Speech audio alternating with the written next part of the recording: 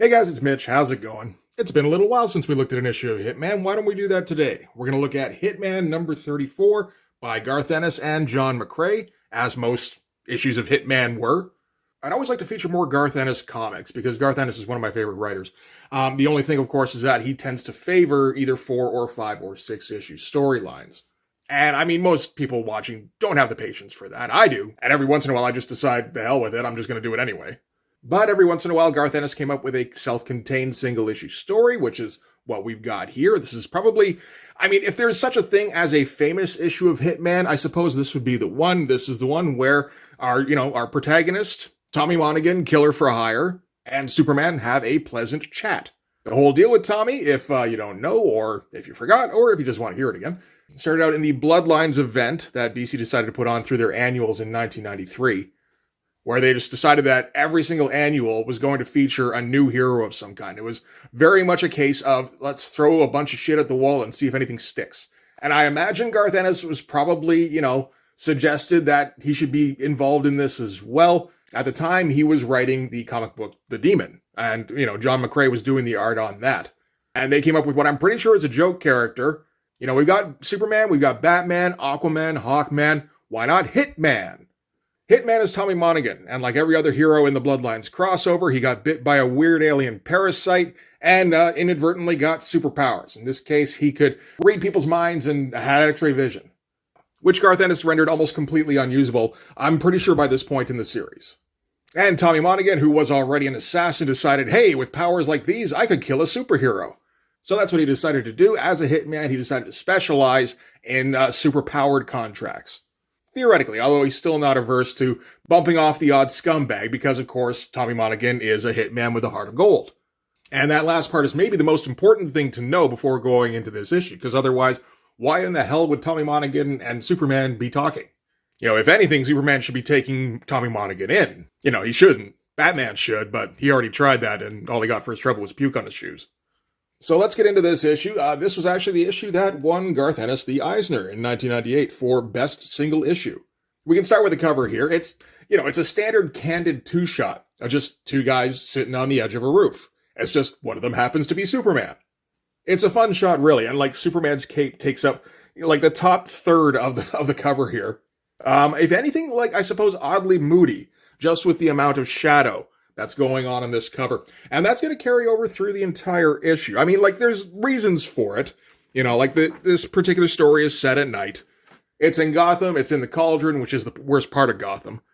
And, I mean, John McCrae likes to go heavy on the shadows. He doesn't always get them 100% right, but I don't think he's really trying to most of the time. He's usually going pretty cartoony. All right, so yeah, we're going to start off with Tommy Monaghan sitting on a rooftop, reading a magazine about Superman in this case. I imagine he hears a noise, glances over, and is shocked by what he sees. And we get a little note here saying this one's for Archie, which I assume is Archie Goodwin. But yeah, you can already see tons of black on the page. I'm not sure if I noticed that before when we went through Hitman issues. But yeah, there's a whole lot of spot for inking in this.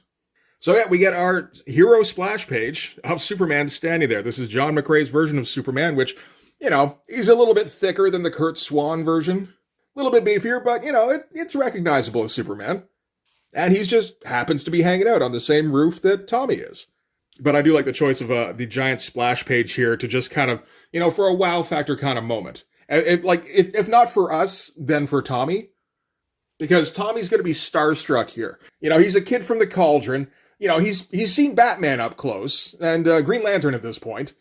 But Superman's something else. Superman's kind of, he's the Paragon.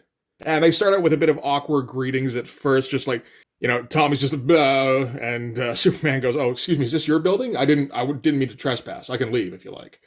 And Tommy's immediately backpedaling, "No, I don't leave. You're Superman, aren't you?" And Superman goes, "Yes." And he goes, "Sorry, dumb question. Of course you are." So we're already getting the awkward meet cute out of the way, I guess.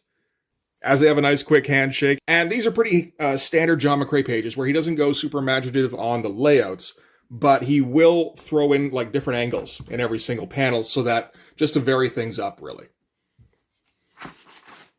And Superman's just kind of, making small talk with this, nice guy who's hanging out up on the roof here. So he's like, so do you live around here? He's like, oh yeah, no, born and bred in the Cauldron. And, I like to come up here and check out the view because the Cauldron's always the Cauldron. And he goes, but hey, what are the chances of this, huh? I mean, I can't freaking believe this. I've come up here tonight and Superman's standing in front of me. And then realizes what he said and goes, oh, listen, I'm really sorry. And Superman's like, what? He's like, I said friggin', I'm sorry. I didn't mean to. Oh, I can't believe I swore in front of Superman. Which is just like the most endearing shit. And Superman does not have a problem with Tommy saying friggin'. It is a little funny in a comic that's still very much policed by the Comics Code Authority, where you can't say, swear words. The worst he could say was friggin'. So anyway, with that little bit of awkwardness out of the way, Tommy's like, so what's the deal? I imagine if you're going to be in Gotham, it's probably to talk with Batman. And Superman's a little, obviously reticent to talk about it. Tommy's like, do you want to let me know about it? I mean, you don't have to, obviously, but I'm just kind of like random guy if you want to just unburden yourself, because something seems to be bothering you. And Superman decides that, what, maybe this would be okay, because this is something you're going to read about in tomorrow's paper, and the part they'll leave out, because they don't know, is that I failed. So yeah, no, Superman is having a crisis of, it's hard to say what exactly. Not exactly faith, he's not having an existential crisis exactly, but he'll get into it here. So this is all about some new nuclear space shuttle launch. And Tommy's like, yeah, no, I saw that, sure. And Superman's like, well, she blew herself to pieces at 6 p.m. this evening. I was there. So this was sort of a maiden voyage for these nuclear thrusters, which were supposed to cut the travel time in half. They were looking to reach Mars, and I guess the technology was not tested enough because as soon as they reached maximum acceleration, the reactor core went critical immediately, and meltdown was imminent. Luckily, at the time, they were passing by the moon, where the JLA has their headquarters, and Superman was the one on watch duty. Again, nice piece of luck. A nice shot of the shuttle going off into space here. Like the moon here, yeah, sure, that's a moon, why not? The space field looks fine, but space fields are also pretty easy to come up with. It's very obviously white spatter. But the shuttle itself, there's some really nice lighting on this thing. It may be that he's referencing these. Every once in a while I get that impression with these shots of the shuttle.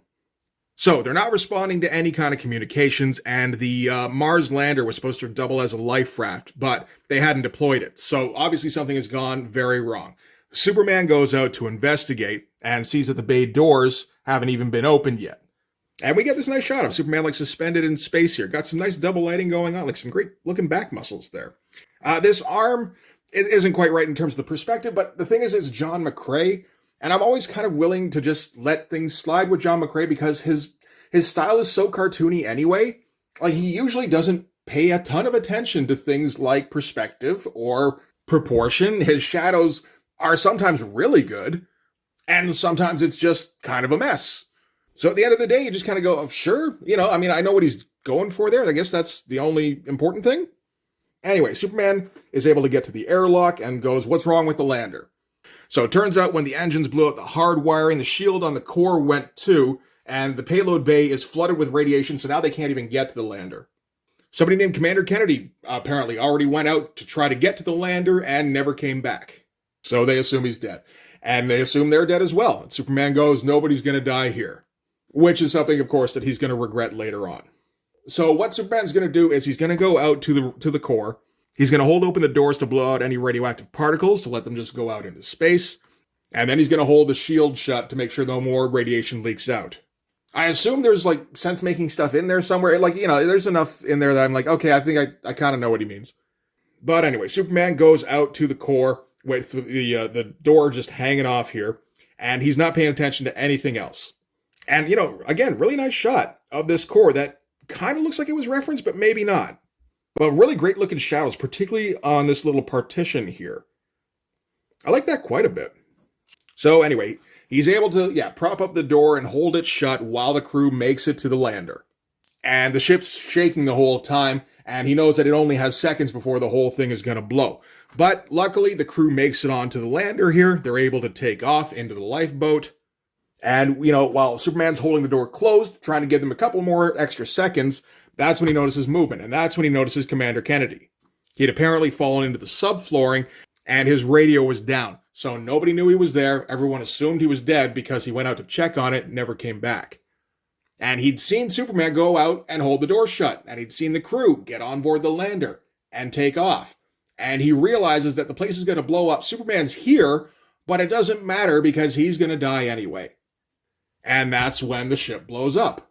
So he says that's what he was here to see Batman about.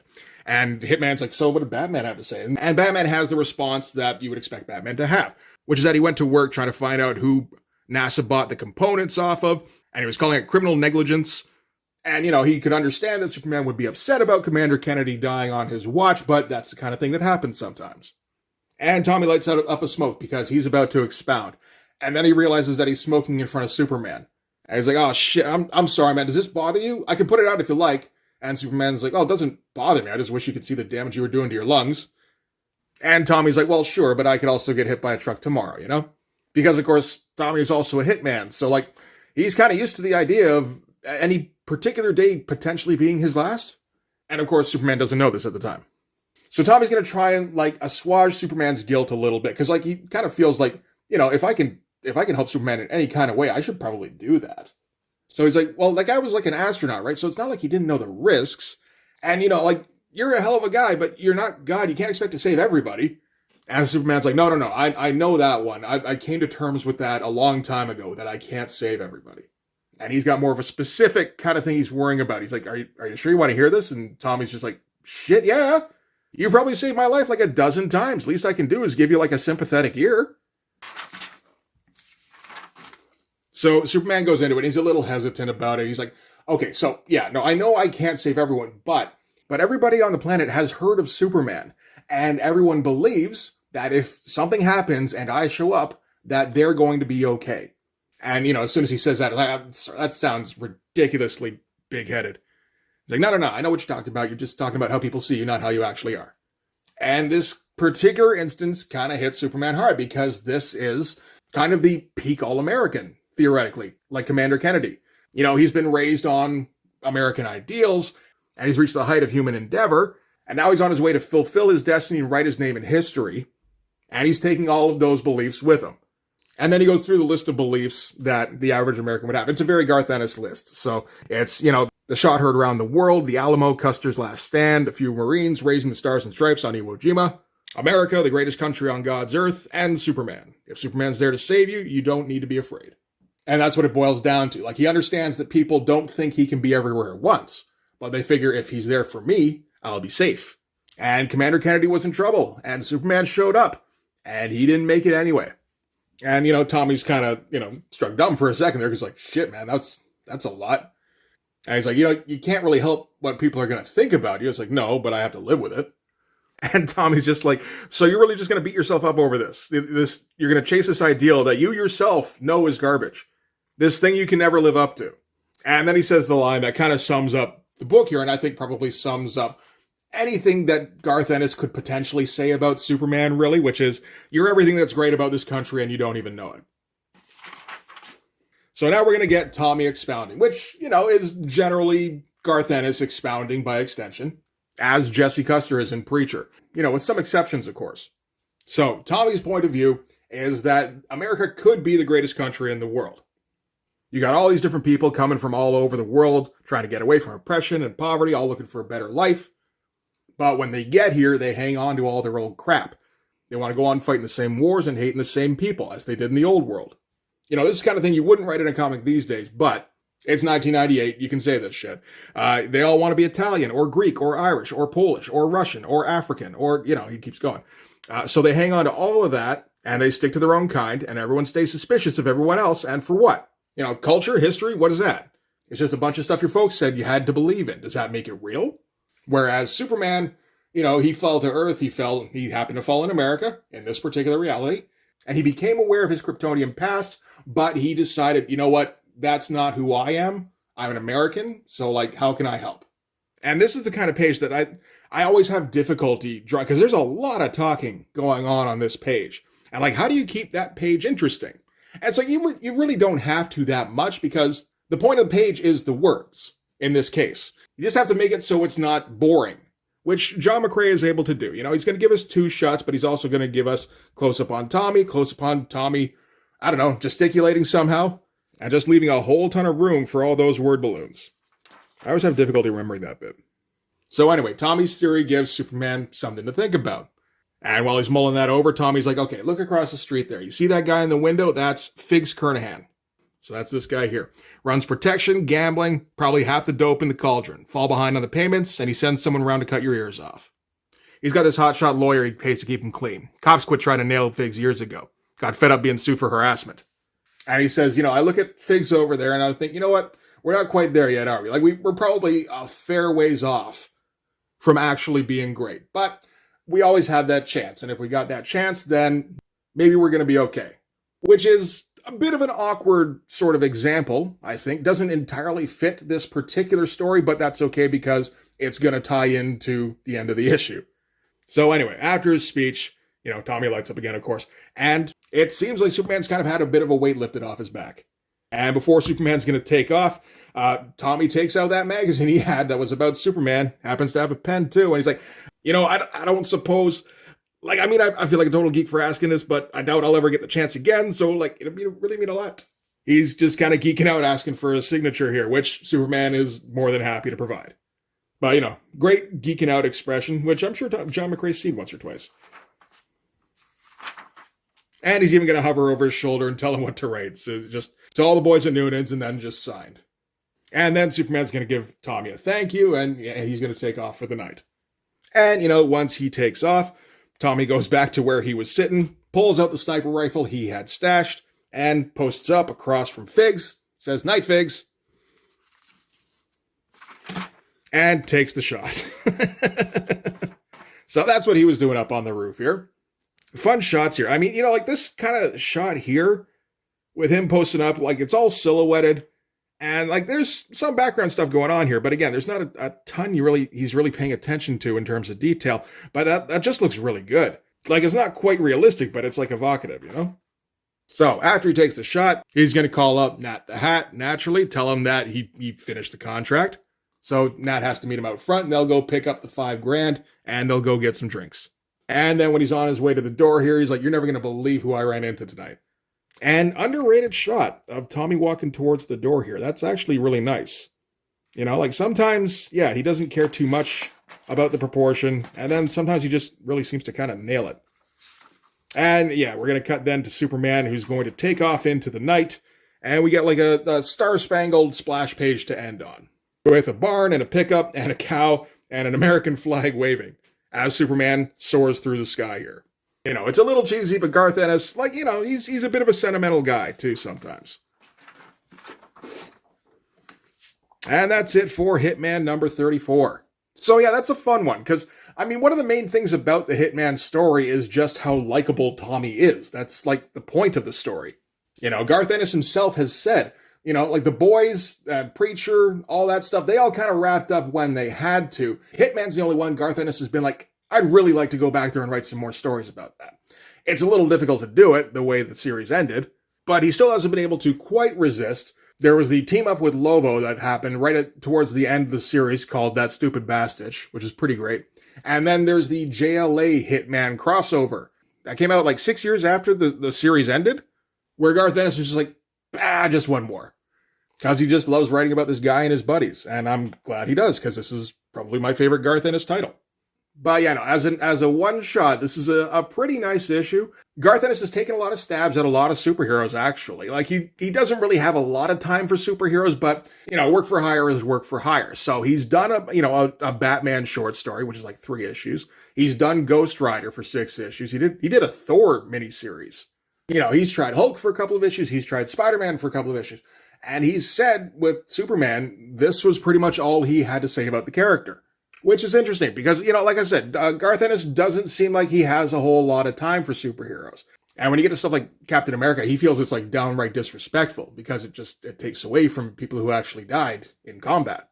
Whereas he thinks Superman is, one of the few examples of a truly good character who is, completely incorruptible, always tries to do the right thing, and it usually has the capability to do so. So we got our Superman Hitman crossover, which, I think is pretty great. It's a goofy-looking Superman, but it's in the goofy-looking Hitman world, so it fits in okay, I think. So we might do more Hitman in future. I'm not sure what, I'd always like to, but again, nobody really wants to sit around for 4 separate episodes for 4 separate issues in a Hitman storyline. So I don't know. I think we'll probably do that JLA Hitman crossover at some point because I've got those issues and those are fun as hell. And maybe we'll do Zombie Night at the Gotham Aquarium sometime in October. I think that would be good too. Anyway, that's going to do it for this one. Thanks very much for watching. If you like this video, please hit the like button. Helps with all the algorithm stuff. If you want to see more, you can hit subscribe. And if you really want to help out, in the description, there's a link to my Patreon. And if you go subscribe there, that gives you access to everything I do. So, whole bunch of videos, whole bunch of comic book art. Also in the description is a link to the merch store. That's where you can get your Blood Force merch, including hats and t-shirts and mugs and whatever the fuck else they're getting out there. I don't know.